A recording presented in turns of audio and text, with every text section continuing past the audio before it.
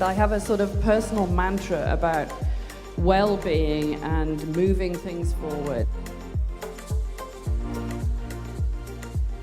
Conversational commerce, to give you an example, is when you are buying something where you're talking to a device such as Alexa or a Google. Paula Assis with us. She's General Manager of Latin American for IBM. What about you, Ana Paula, from IBM? So, first of all, thank you for the opportunity to be here. I think that we have to take into consideration that there are many challenges in all levels. But one area that is critical for us is really when we think about leadership.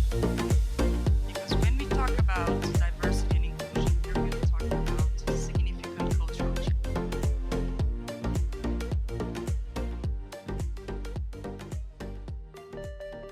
Looked like for me in the front end and the back end to really put together that end-to-end story for them to go together. I see, the complementary from the skill set. Yeah.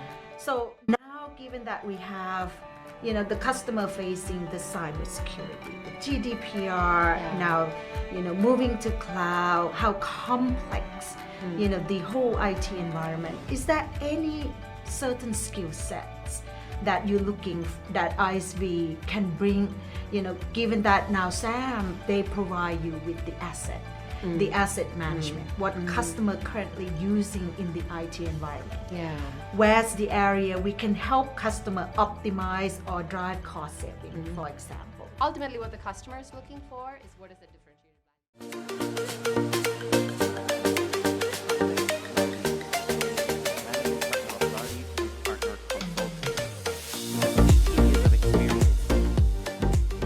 Strategy, and in 2017 she was selected for the Women in FinTech Power List by Innovate Finance UK. She's the chairperson of the MBA Advisory Board at Durham University, and today she'll tell us how blockchain technology disrupts business models. I'm excited, I hope you are too. Please help me welcome to the stage Kamalesh Lardi. Thanks for joining us. Thank you. Good afternoon, everyone. Thank you for having me here today. So what we've been hearing so far in the Blockchain Summit track is quite a lot of information about deep diving into blockchain use cases and the technology aspect of things. So what I'd like to do now is maybe take a step back and zoom out a little bit and have a look at how disruptive technologies actually impact traditional business models, and then look at some of the use cases within, or use cases for blockchain across various industries. And then I'd like to deep dive into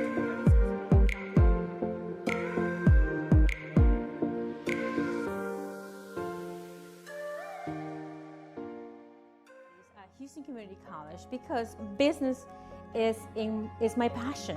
I love to make something out of nothing. I love to contribute to the American economy.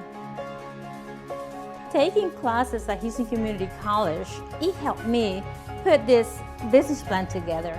That business plan that brought me to where I am today. With the education I got from Houston Community College, I've been able to establish and create nationwide. We are the service provider for small business owners, Fortune 500 companies.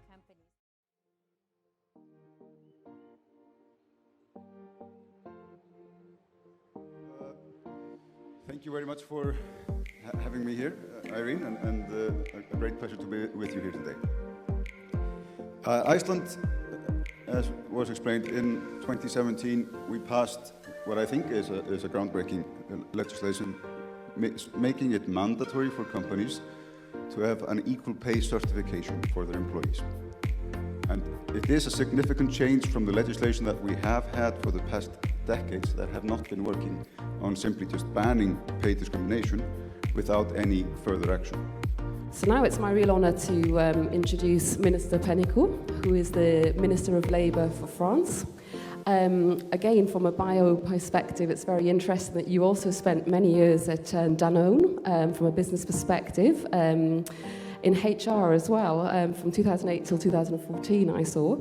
And you also have co-founded EVE, the Leadership Development Programme for Women.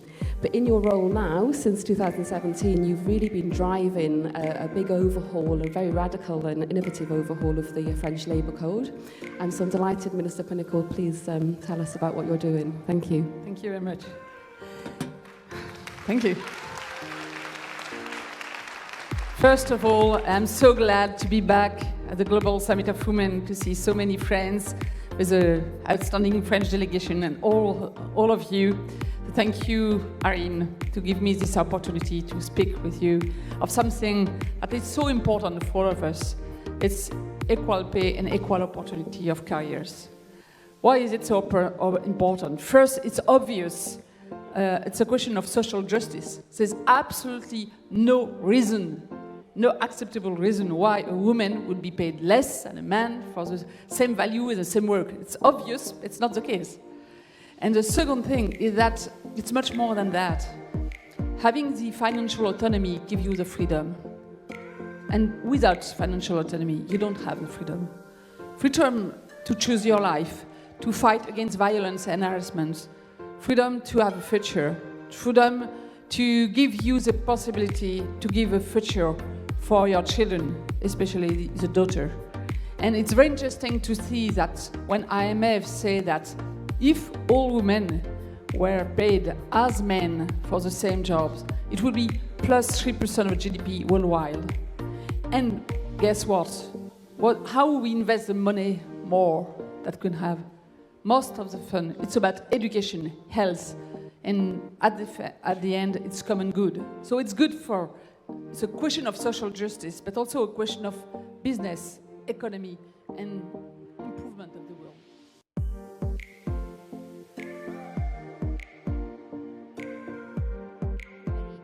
Pleased and honored to be here today to speak to this audience because it's about women's health. I'm a medical doctor, I'm passionate about this topic, and I've learned while doing medicine where we stand today. I believe there is a strong need to look at health and well-being under the sex and gender lens. And this is the only way to move from what we name today, according to Eric Topol, shallow medicine towards precision medicine. Precision medicine, it is what the future, hopefully, is bringing ahead of us. And it is bringing the right medicine to the right moment at the right patients. This will impact cost. And this will be, the way health system will become sustainable for the future. But for doing this, we need to understand how disease acts and how they do move. What we heard from my colleague here are examples of diseases which are affecting women. And we know that it's breast cancer, that it is cervical cancer. This is what we call bikini medicine. When it's about well-being and health in women, it's not only bikini area, but it is much more beyond. In fact, any disease implies differences in the way women and men experience it. And I will illustrate it.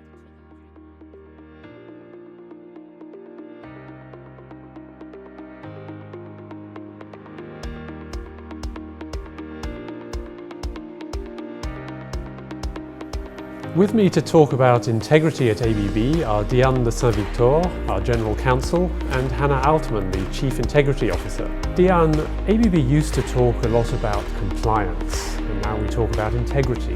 What is the difference? Right, well, you know what? Integrity is doing what's right, even though no one knows that this is what you do. Für das quartierte Röntgenblick, wo noch Seelen vor. Welcome CEO Allison Robinson. Hi, Allison. Hi, thanks for having me on the show. Thanks for being here and congrats on being a lady boss. So let's talk about the Mom Project. It's kind of like Match.com for moms? Exactly. So we're the matchmaker between 80,000 women who are coming to the platform looking for flexible work with employers that respect work and life needs.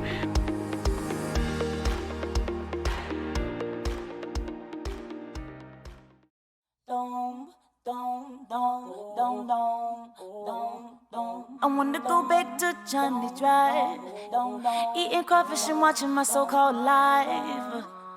I wanna go back, yeah.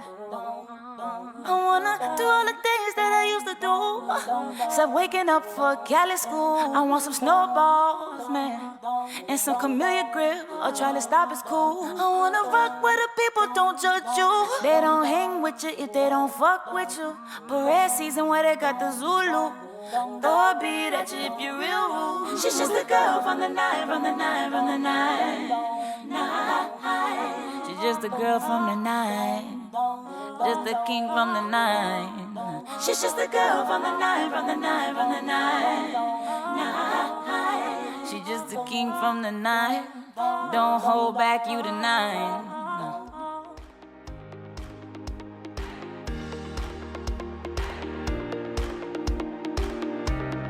Women, you are the future leader. We have to be confident and we have to see that urgent call and we have to take on that responsibility.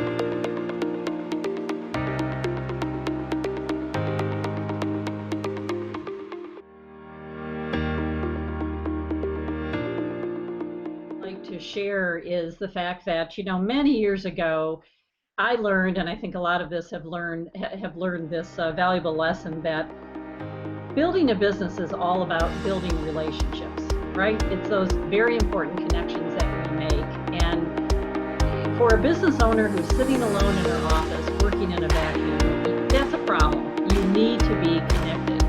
So I feel like the biggest problem that enterprising women solves for our readers women entrepreneurs who are a part of our community is to really make them feel that they're part of something bigger than themselves.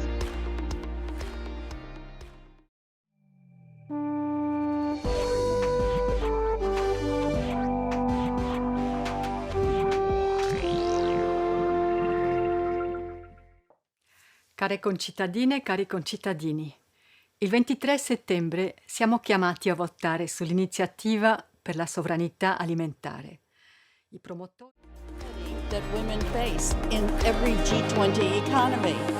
When we're talking about economic equity, we're talking about a good half of the world's population not being part of that inclusive economy that we would all like to strive forward.